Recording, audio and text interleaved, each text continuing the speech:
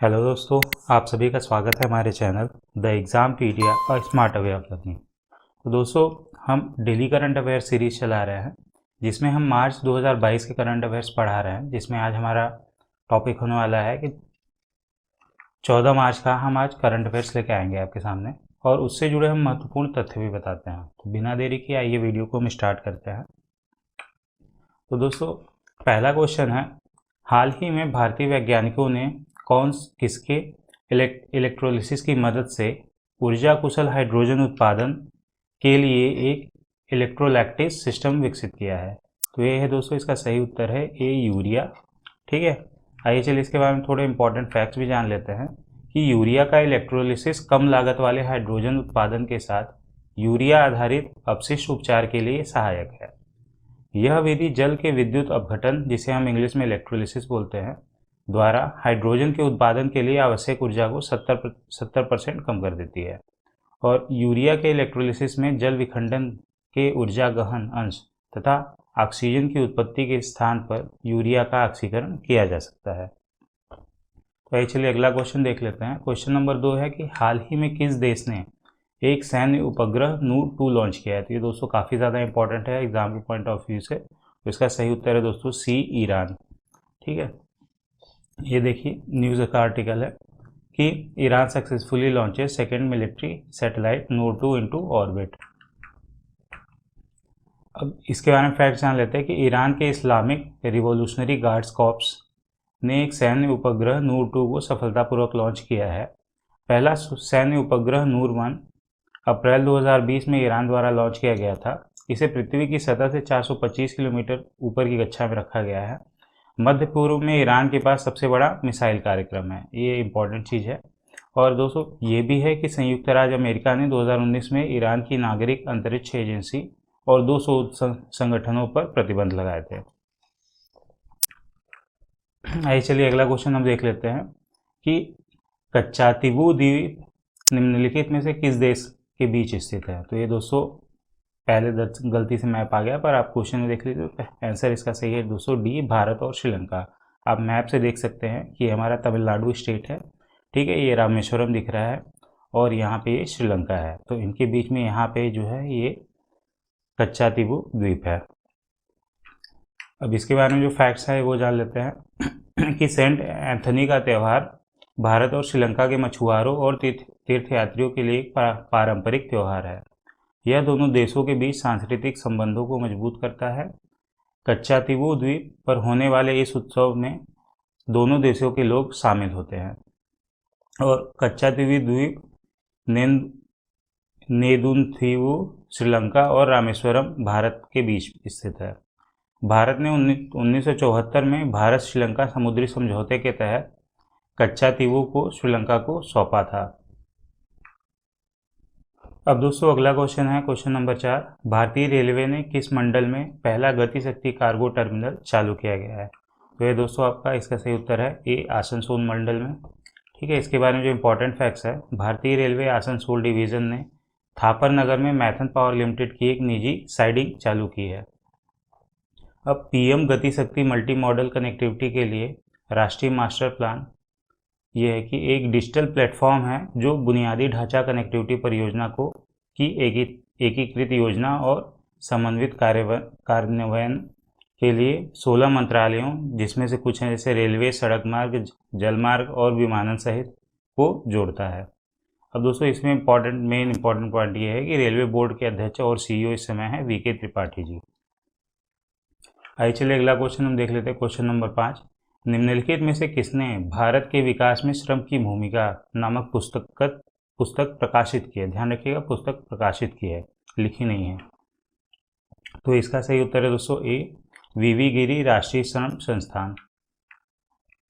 अब important fact जान लेते हैं कि श्रम और रोजगार मंत्री जो हैं और पर्यावरण मंत्री हमारे भूपेंद्र यादव जी ने भारत के विकास में श्रम की भूमिका नामक एक पुस्तक लॉन्च की है।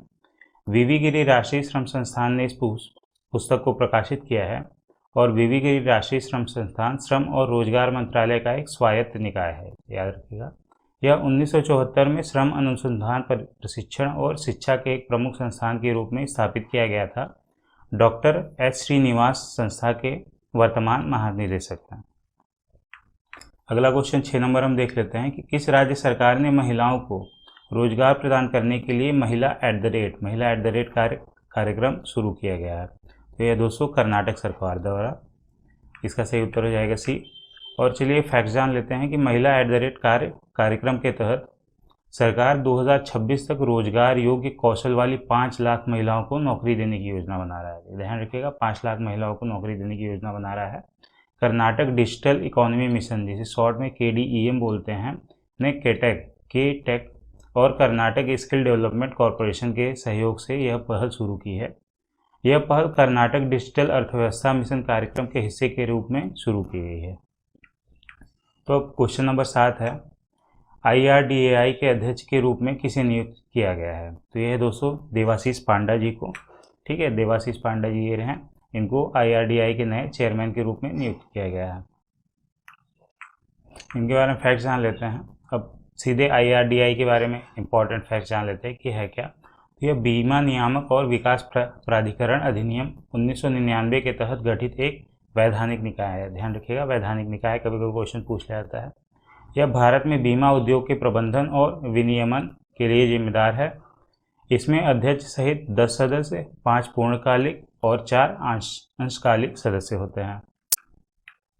अगला क्वेश्चन नंबर 8 है, यूनानी चिकित्सा पर 2 दिवसीय अंतर्राष्ट्रीय सम्मेलन किस शहर में आयोजित किया गया। तो यह दोस्तों इसका सही उत्तर है डी, श्रीनगर शहर में आयोजित किया गया। और ध्यान रखिएगा, जो वर्ल्ड यूनानी डे हम मनाते हैं वो 11 फरवरी को मनाते हैं, वर्ल्ड यूनानी डे। ये काफ़ी ज़्यादा फेमस क्वेश्चन है। अब इसके बारे में फैक्ट्स क्या है कि विश्व यूनानी दिवस हर साल 11 फरवरी को यूनानी चिकित्सक हकीम अजमल खान की जयंती के उपलक्ष्य में मनाया जाता है। इस बार की इसकी थीम थी अच्छे स्वास्थ्य और कल्याण के लिए यूनानी चिकित्सा में आहार और पोषण। यह 2 दिवसीय अंतर्राष्ट्रीय सम्मेलन का थीम था। अगला पॉइंट है इसमें कि इस सम्मेलन का उद्घाटन केंद्रीय आयुष मंत्री सर्बानंद सोनोवाल ने किया और पारंपरिक चिकित्सा के लिए WHO वैश्विक सेंटर जामनगर गुजरात में स्थापित किया जाएगा। अगला क्वेश्चन है क्वेश्चन नंबर 9, RBI ने किस भुगतान बैंक पर तत्काल प्रभाव से नए खाते खोलने पर प्रतिबंध लगा दिया है। दोस्तों इसका सही उत्तर है बी, पेटीएम पेमेंट्स बैंक। इसके बारे में फैक्ट जान लेते हैं कि बैंकिंग विनियमन अधिनियम 1949 की धारा 35 से RBI को बैंकों को निर्देश देने की शक्ति देती है। अब पेटीएम पेमेंट्स बैंक के बारे में जान लेते हैं कि पेटीएम पेमेंट्स बैंक को अगस्त 2016 में निगमित किया गया था और औपचारिक रूप से मई 2017 में इसका संचालन शुरू किया गया। 2020 में यह वीडियो KYC की सुविधा शुरू करने वाला एकमात्र भुगतान बैंक बना। ठीक है, अब क्वेश्चन नंबर 10 है, सरकार ने किसके कुल वित्तीय परिव्यय के साथ फार्मास्यूटिकल्स उद्योग को मजबूत करने के लिए SPI योजना के लिए दिशा निर्देश जारी किए हैं। दोस्तों कितना रुपए का कुल व्यय पूछा था इसमें इस क्वेश्चन में। तो टोटल इसका सी इसका आंसर है सी, 500 करोड़ रुपए के कुल वित्तीय परिव्यय के साथ। ठीक है, तो ये इसका उत्तर रहा। इसके बारे में फैक्ट जान लेते हैं कि रसायन और उर्वरक मंत्रालय के फार्मास्यूटिकल्स विभाग द्वारा औसत उद्योग को मजबूत बनाने SPI की योजना के लिए दिशा निर्देश जारी किए गए हैं। यह योजना देश भर में मौजूदा फार्मा समूहों और MSME को आवश्यक सहायता सेवाएं प्रदान करने की उनकी उत्पादकता, गुणवत्ता और स्थिरता को बढ़ाने में मदद करेगी। तो क्वेश्चन नंबर 11 अब हम देख लेते हैं। क्वेश्चन नंबर 11 क्या है कि राष्ट्रीय वित्तीय रिपोर्टिंग प्राधिकरण, जिसे शॉर्ट में NFRA बोलते हैं, के नए अध्यक्ष के रूप में किसे नियुक्त किया गया है। तो दोस्तों ये हैं अजय भूषण पांडे जी। ठीक है, ध्यान देख लीजिए, ये अजय भूषण पांडे जी हैं, चेयरमैन के रूप में NFRA के नियुक्त किए गए हैं। अब हम थोड़ा NFRA के बारे में जान लेते हैं कि ये क्या है। तो NFRA एक गैर लाभकारी संगठन है, NGO है, गैर लाभकारी नॉन प्रॉफिट ऑर्गेनाइजेशन है, नॉन प्रॉफिट जिसे बोलते हैं, जो लेखा परीक्षा पेशा को नियंत्रित करता है। निकाय के पास निगमों के वित्तीय विवरणों की जांच करने, स्पष्टीकरण का अनुरोध करने और लेखांकन और लेखा परीक्षा मुद्दों की जांच करने का अधिकार है। मई 2018 में कैबिनेट ने NFRA के गठन को मंजूरी दी थी। इसकी स्थापना दोस्तों 1 अक्टूबर 2018 को हुई थी। तो ये दोस्तों मोस्ट इंपॉर्टेंट पॉइंट है इस फैक्ट्स में से। अगला क्वेश्चन नंबर हम 12 देख लेते हैं। ये भी बहुत ज़्यादा इंपॉर्टेंट क्वेश्चन है, ठीक है, एग्जाम पॉइंट ऑफ व्यू से, कि कैटलिन नोवाक को किस देश की पहली महिला राष्ट्रपति के रूप में चुना गया। तो देखिए पहली महिला राष्ट्रपति है तो इसलिए ज़्यादा इंपॉर्टेंट हो जाता है। तो इसका दोस्तों सही उत्तर है हंगरी, ठीक है।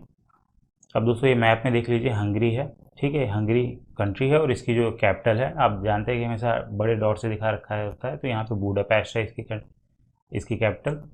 आइए चलिए फैक्ट जान लेते हैं हम थोड़ा। तो प्रधानमंत्री विक्टर ओरबान की करीबी सहयोगी कैटलिन नोवाक को संसद द्वारा हंगरी की पहली महिला राष्ट्रपति के रूप में चुना गया है। अब थोड़ा हम हंगरी कंट्री के बारे में जान लेते हैं। हंगरी एक लैंडलॉक मध्य यूरोपीय देश है, ठीक है, यूरोपियन कंट्री है। इसके प्रधानमंत्री विक्टर ऑर्बन है प्रधानमंत्री। इसकी राजधानी बुडापेस्ट है और इसकी मुद्रा दोस्तों फोरेंट है, ठीक है, फोरेंट है। तो इसी के साथ दोस्तों आज का हमारा लेक्चर खत्म हुआ। ये हमारे 14 मार्च के इंपॉर्टेंट जितने भी क्वेश्चन है, मोस्ट इंपॉर्टेंट करंट अफेयर्स के क्वेश्चन, ये हमने कवर करा दिए। उम्मीद है आपको ये वीडियो पसंद आई होगी। तो अगर आपको पसंद आई तो प्लीज़ इसे लाइक शेयर सब्सक्राइब करना ना भूलें। चलिए मैं आज अलविदा लेता हूँ, मिलते हैं नेक्स्ट वीडियो में।